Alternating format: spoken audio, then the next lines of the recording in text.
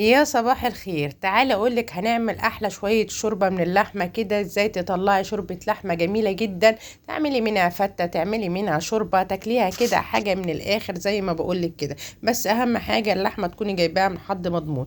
تجيبي معاكي حلة وتنزلي فيها بمعلقة سمنة بلدي كده، وتنزلي عليها بحبهان ومستكة ورقار فلفل اسود، تشوحيهم كده لغاية ما يشوحوا مع السمنة، وبعدين ننزل باللحمة كده معاهم. ولا هنزل ببصل دلوقتي ولا بطماطم، ليه؟ عشان اقولك ما يعملوش زفاره في قلب اللحمه دلوقتي. زي ما انت شايفه بنشوحها كده مع بعض، ونكون غاليين ميه.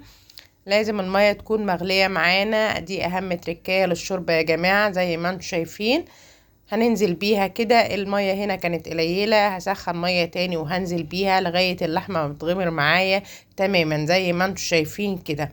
بعد كده هنسيبها تغلي، واول ما تبدأ تغلي نعين الريم اللي فوق الوش. عشان كده انا مرضتش انزل بالبصل ولا بالطماطم عشان ما يبقوش زفرين.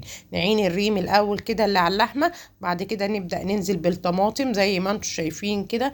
والتركاية التانية ننزل بمعلقة سكر عشان اللحمة تستوي وتبقى جميلة معانا وتستوي في اسرع وقت.